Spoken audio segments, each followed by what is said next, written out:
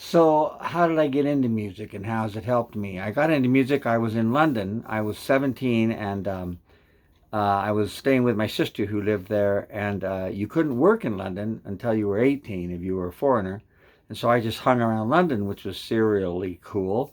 And I got, bored basically. And we went down to Friday night, we went down to a music store and we bought a 17-pound guitar for me, which, even in 66 money, that's not a good guitar.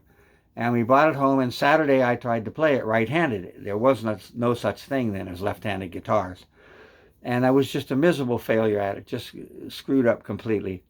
And then Sunday we went to Corfe Castle, which is a park outside of London with an old ruined castle that you got to walk and run through and everything. Really cool.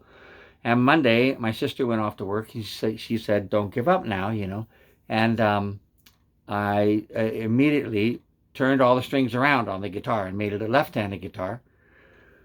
And about 3 hours in, I wrote a song. I just started songwriting immediately. It made perfect sense to me.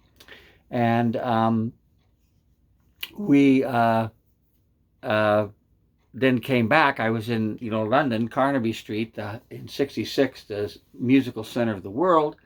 And then we came home, and my parents lived an hour outside of San Francisco, which became the musical center of the world in 1967. And I went to a college there, a little hippie college called Sonoma State. And the Lectures and Concerts Commissioner, Paula Douglas, took me under her wing. She was big woman on campus, obviously, and I did something at freshman camp. I can't even remember what it was, but I became sort of the talk of freshman camp, and everybody, all the counselors, all the hip people at the college, go, "Oh, you're that guy, you're that guy." And high school was just hell for me. I was pimply faced little guy who looked like Frankenstein's monster and shy. And then 67, I grew my hair out and became this sort of Paula's pet, they called me. I just got to go everywhere with her. And she was this wonderful cook.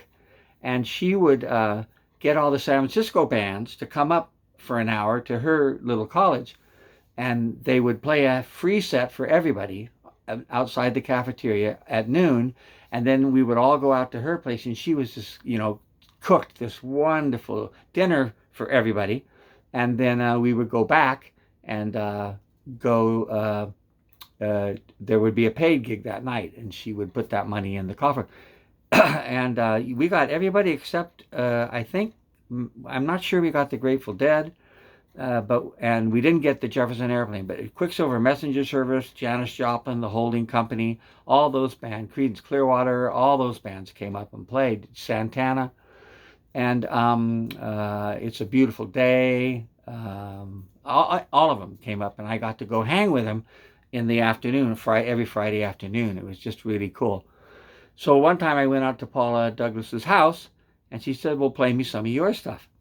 And when I was in London, the Kinks released their new album for that year or whatever. And British albums always had a couple extra cuts on them that they didn't sell in America, because it was for their fans in Britain. And there was a song on there written not by Ray Davies but by Dave Davies, Ray's brother, and it was called "I'll Wait Till the Summer Comes Along." And I just loved that song, and I learned it.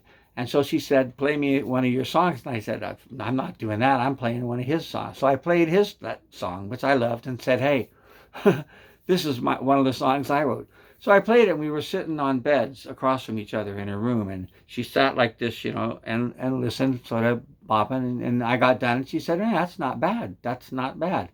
And I went, "Well, not bad? What the fuck? That's one of the best songs I've ever written." Well, she's certainly not going to like one of my songs.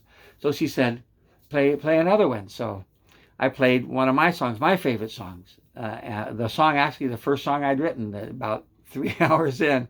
And about halfway through, she goes like this. She just drops her head and goes like this. And she stops moving. She's sort of going, "Yeah, yeah." And then she goes. And I go, "Oh, God, this song's so bad, she doesn't even have the courage to tell me." You know what I mean? She's just trying to think of some nice way to tell me how badly I suck. And so I get done, and she looks up at me, and she says this really fierce intense gaze, and she says, "Did you write that song, Richard?" And she'd never called me Richard. Nobody ever called me Richard before. And I was sort of like, oh my God, was it that bad? And I went back and I sort of, I couldn't speak. I remember I sort of bumbled, but I nodded my head, and she said, "That's just a great song. Play it again.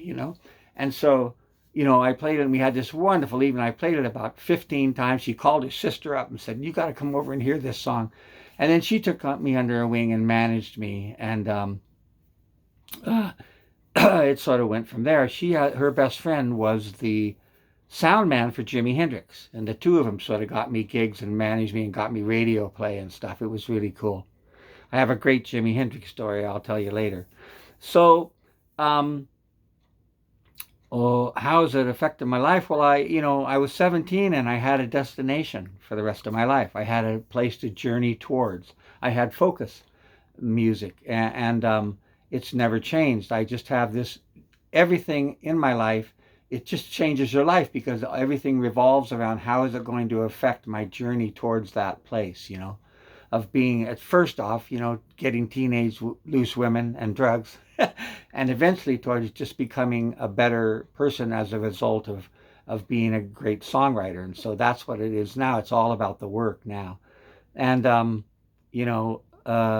that's how it's, changed my life, literally. I mean, that's, I'm old and ugly and poor and picky and happy just all the time. And people don't give that enough credit. And everybody, I know tons of people, successful people, are so envious of my life, and it just sort of, amazes me because I don't think I have a particularly spectacular life at all, but I do have that destination, just this center to my life. Everything sort of centers around it, and you feel very comfortable with it.